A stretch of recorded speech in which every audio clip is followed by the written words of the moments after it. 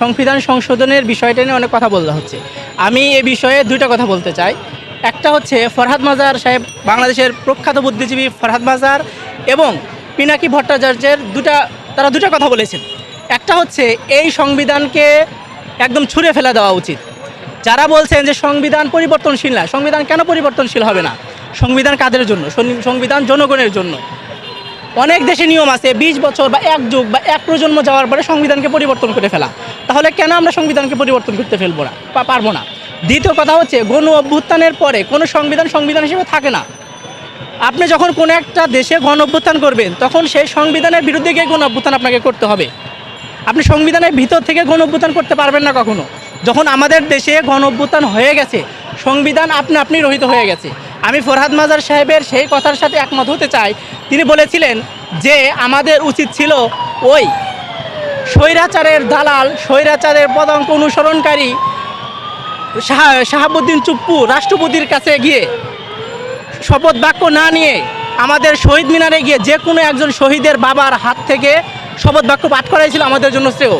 আমরা কেন করতে পারিনি এটা আমাদের ছাত্রদেরও প্রাণের দাবি ছিল যে আমরা কাজটা এরকমই করব। কেন আমরা সে অবৈধ রাষ্ট্রপতির কাছে যাব, যার নিয়োগটাই ছিল অবৈধ সরকারের হাতে? আমি ভোট দিতে পারিনি, আমার জীবনের প্রথম ভোটটা আমি দিতে পারিনি, এটা আমার জন্য কষ্ট। তারা বলেছে। আর আজকে শুনলাম যে আমাদের অথর্ব নিষ্কর্ম কর্মহীন ইসি সে পদত্যাগ করেছে। এর পদত্যাগ করার তো কোনো মানে হয় না। তার পদত্যাগ তো ওই দিনই হয়ে গেছে যেদিন সে মানে এমনভাবে ভোট করেছে যেটাকে বলা হয় কুত্তা ভোট। যে কুত্তা ভোট যেদিন করেছিল সেদিনই তার পদত্যাগ হয়ে গেছিল। যেখানে বাংলাদেশের মানুষ ভোট দিতে পারেনি সেখানে সে কিভাবে এতদিন পর্যন্ত ইসি ছিল? তার ইসি থাকার যৌক্তিকতা, তার ইসি থাকার নৈতিকতা কিছুই ছিল না। এরপরেও সে কিভাবে এসে প্রকাশ্যে কথা বলতো? সে কদিন পরে সে কলাম লিখেছে, সে শেখ হাসিনাকে স্বৈরাচার বলছে। এর থেকে হাস্যকর কথা আর কোনো কিছু হতে পারে? কোনো মানুষের কি এর থেকে হাস্যকর কথা জীবনে শুনেছে? যে সে স্বৈরাচার দ্বারা নিয়োগকৃত ছিল, সে তাকে স্বৈরাচার বলছে। সে পদত্যাগ করতে পারেনি। তার নৈতিকতা, তার নৈতিক স্খলন এই পর্যায়ে পৌঁছে গিয়েছিল যে সে যখন এরকম ভোট করেছে, যে ভোটে আমার মতে 5% ভোটও পড়েনি, সেই ভোটটাকে তারা দেখিয়েছে 40 থেকে 41% ভোট। এর থেকে মিথ্যা, এর থেকে নির্জলা কোনো কিছু হতে পারে? এর থেকে নির্জলা কিছু হতে পারে না। আমরা চাই আমাদের ভোটের অধিকার ফিরে আসুক। তবে ভোটের অধিকার ফিরে আসার আগে আমরা চাই আমাদের দেশ সংস্কার হোক। দেশ সংস্কার হওয়ার জন্য কতটুকু সময় দরকার সেটা আমাদের প্রধান উপদেষ্টা সহ যত উপদেষ্টা মণ্ডলী রয়েছেন তারা একটা রাষ্ট্র সংস্কারের কাঠামো দাঁড় করাবেন।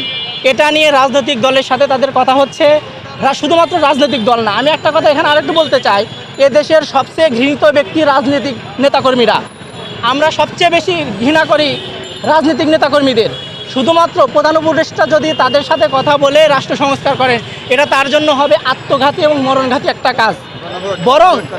বরং সাধারণ জনগণের প্রতিনিধি, বুদ্ধিজীবী, শিক্ষক, ছাত্র যারা আছে সবাইকে নিয়ে কথা বলা এবং সবাইকে একত্র করে তাদের পরামর্শ নিয়ে সেই অনুযায়ী রাষ্ট্রীয় অবকাঠামো দাঁড় করা, সংস্কার করা, বা যেখানে আমূল পরিবর্তন করা দরকার সেখানে করা। এই সমস্ত কাজ সবার পরামর্শ অনুযায়ী করা উচিত রাষ্ট্রপতির। শুধুমাত্র আমাদের অথর্ব রাজনীতিবিদ যারা গণহত্যার একদিন পরেই, যারা